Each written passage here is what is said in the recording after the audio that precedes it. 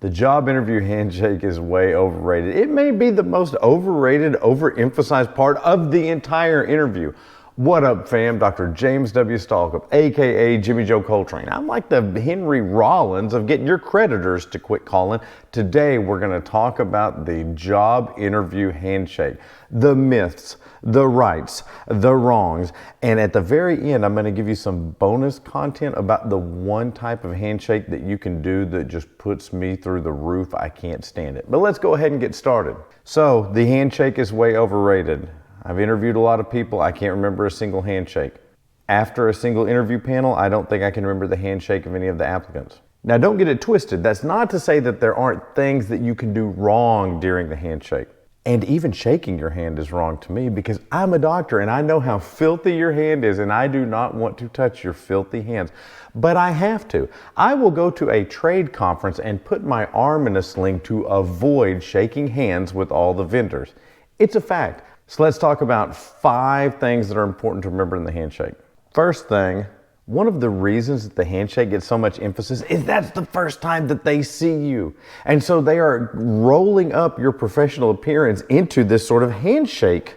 Professional appearance is way more important than the handshake. A lot of times I think a bad handshake is in fact a bad first impression of the person who's walking up and shaking hands.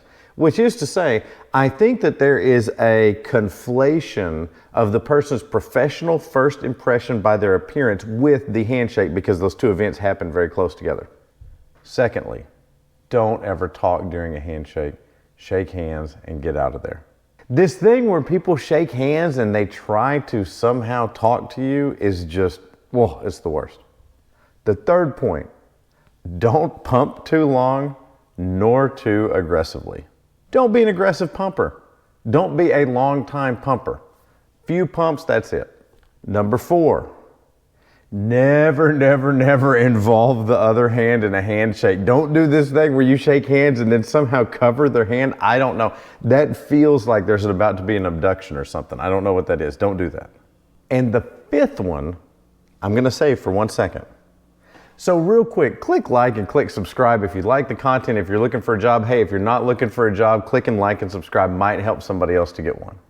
Also, check out the online course. The link's in the description. For the cost of 3 sticks of deodorant, you can actually take the full course, develop personalized content that you need to go out and get the job that you want. Now for the 5th item. If you do this, I'm not saying you're a bad person, but if you do this, you need to stop. I don't know what in your life led you to do this in a handshake, but you've got to stop. This is everybody you've ever shaken hands with is thinking this, but I'm going to be the one to tell you. If you are one of these dominant alpha males, I'm going to squeeze your hand hard to show you that I'm assertive and dominant, and if it was a survival situation, I could possibly outcompete other applicants. Stop. It's weird. It's creepy. I don't want to touch your hand to begin with, let alone have you do some sort of feat of strength on my hand while I'm shaking it. Stop it. Never do that again. Find some significance in your life. Do something else that makes you feel secure so you don't have to run around squeezing people's hands real hard.